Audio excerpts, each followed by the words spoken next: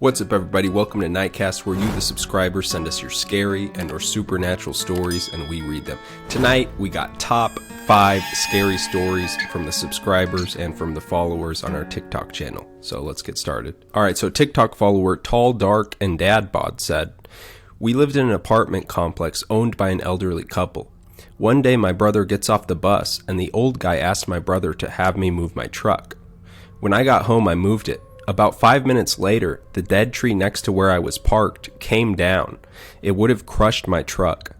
Later that night, our mother comes home and tells us the old man died in his sleep last night. We argued because my brother saw him earlier that day. We found out he did indeed die, and there was no way he could have seen the old man, but he swears he saw him and asked him to have me move my truck."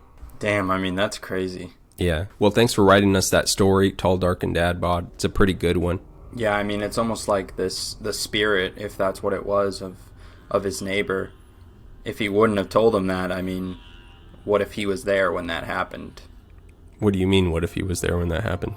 Well, if he was there when that happened, he would have probably died. He probably would have got hurt, but because that spirit of his neighbor told him what happened, it could have just saved his life. Saved his truck. Well, if he was in it. Yeah, if he was in it.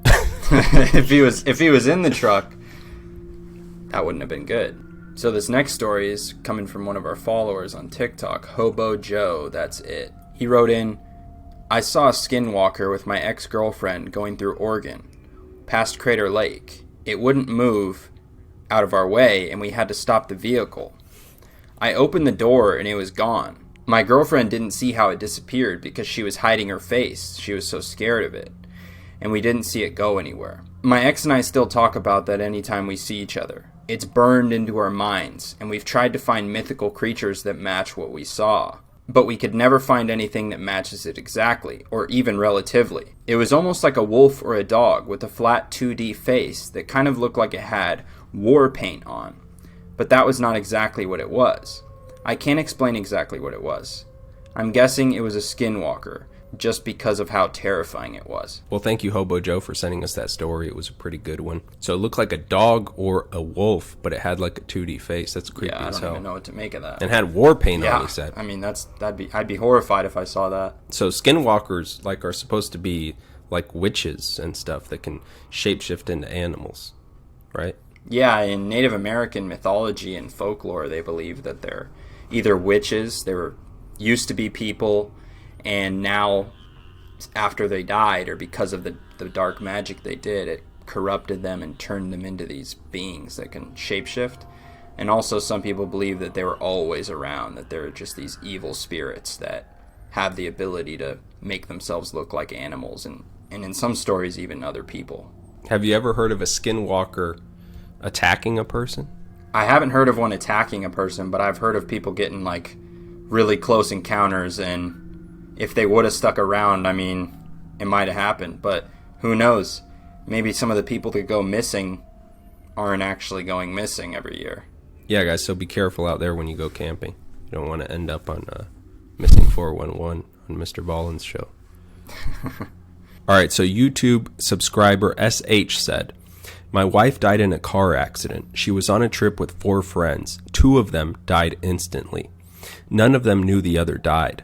My wife said she was in a place with that one other person who died. She said it was like they were on vacation for 4 days, but she was only gone for about 40 minutes. When the medics brought her back, she came back screaming. 'What happened to you, Tyler? What happens to you?' she said, right before her spirit came back to her body. She saw the most horrifying thing happen to her friend. Her friend never came back. She cries every time she tells me that story. I asked her what happened, but she can't explain it." Wow. Dang, that's creepy as hell. I mean, we've done some stories on near-death experiences on people who allegedly went to hell and then came back once they were revived. That's really scary to think about. I'd really like to know what happened to her friend. Maybe we can get them on for an interview. Yeah, but if like she won't even tell him what happened, yeah, she might be too scared to tell us. Yeah, those near-death experience stories are really interesting. So this next story comes in from one of our YouTube followers, Black Vortex Storm Chasers. My uncle told me a story about an incident that happened to him when he was around 17 years old. He lived in a small town in the Texas Panhandle, and he had a bedroom in the back of the house. On this particular night, he had gone to bed, but was having trouble getting to sleep. He was laying in bed, tossing and turning, and he was having trouble falling asleep. Eventually he fell asleep, but he kept waking up because he was feeling like there was someone in his room. He got up a few times and turned on the light, but didn't see anyone. He said he finally shrugged it off and he blamed it on the Texas heat. He finally got comfortable again to doze off when he suddenly was woken up to someone violently pulling at his feet. He said that they were trying to pull him off the bed. He tried to scream, but he couldn't open his mouth because nothing would come out. He held onto his headboard, trying not to be pulled off his bed. He said all he could do was hold on. He then started to pray with all his might, and as soon as he did, it just stopped. It stopped as fast as it started.